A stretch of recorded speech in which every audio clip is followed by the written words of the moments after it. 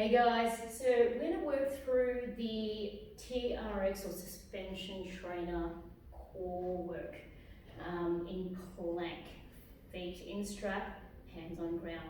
Now if you struggle with the basic plank, whether it's on your forearms or your hands and your feet on the ground, and you're unable to hold a 45 seconds to a minute plank comfortably, as well as maintaining that nice neutral sort of position, then I think you need to work on that before you start to jump on this variation, despite the fact that this is actually going to really challenge you and switch it on and really kind of force you to realize that the more you switch this on, the easier it is on your back. Okay, so again, it depends on your level. This is not something that you can just jump straight into.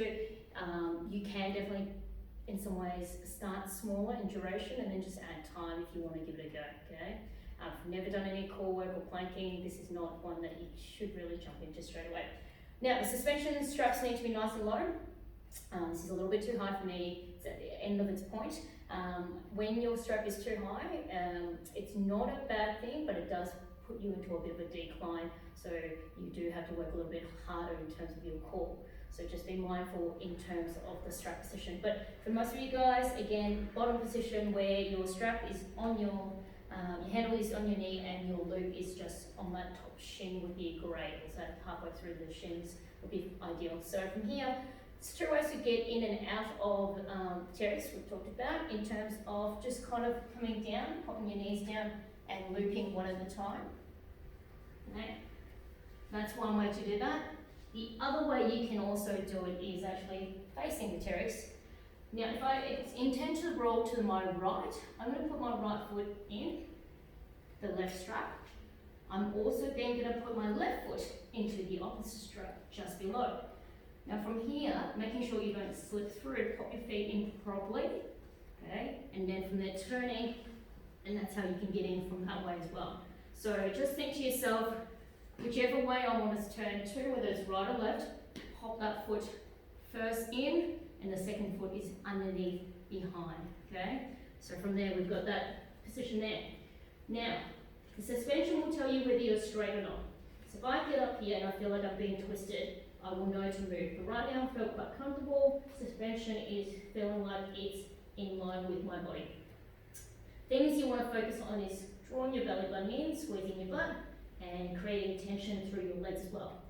Now, if you were to take your core off, you may find yourself arching, so really kind of contract through the core. The other thing you want to focus on is the shoulders. Okay, what we want to make sure we're doing is not allowing the shoulders to collapse through the movement, and focus on more so that it create tension pushing into the ground with a slight protraction of the shoulder blades. We'll talk about that when I come back into the position, but avoid the collapsing of the shoulders unless you're actually specifically working through your shoulder retraction, protraction exercise. We want to keep our hands pointing forward if we can. For those who do get jammed up in your wrists, turn your hand out a little bit to that 45 degree. Again, for those who are really struggling, turn your hand to the 90 degree angle and make sure that you're turning from that shoulder position as well, not just your wrist, okay? So think about locking your shoulders in to create stability in that plank position there. So lock and push, okay? Again, so I'm going to show you what collapsing of the shoulders look like, just so that you can see. It's very easy to collapse without realizing. Of course, everyone gets feedback from your back, but the shoulders is a different story. Okay, so planking. There's my line. Collapsing on the shoulders, pushing away from the shoulders, hollowing in that position for more core. Now, you can also work on, if you push yourself away from your hands, you will notice that your core will have to work harder, and your shoulders, as you lean forward, again, a different position there. So, holding your plank, squeeze your bum, create a straight line, point your toes back, and go from there. So that's your plank hold with your feet in the strap. Again, if you can hold on to 45 seconds to a minute, we can start playing with variations of it. Keep the tension nice and evenly distributed in your legs / feet so that you don't find yourself slipping out of the strap because you push harder on one side than the other. As you come out of it, be gentle, put your knees down. Focus on really engaging that core to prevent or provide, or protect, I should say, your lower back. Good stability through the shoulders. Again, if you need to, stretch out your wrists for those who do have a little bit of soreness around there from using their mouse hand, typing a lot, and not really getting a chance to stretch.